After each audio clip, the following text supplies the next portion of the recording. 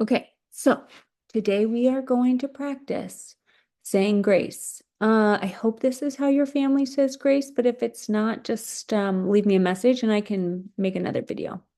Um, so we will begin with taking a deep breath. Remember, this is something we want to be able to just recite. So let's go ahead and get started.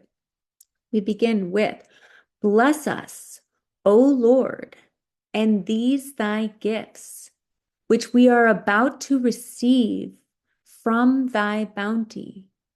Through Christ our Lord. Amen. Bless us, O Lord, and these thy gifts, which we are about to receive from thy bounty. Through Christ our Lord. Amen. One more time. Bless us, O Lord, and these thy gifts, which we are about to receive from thy bounty.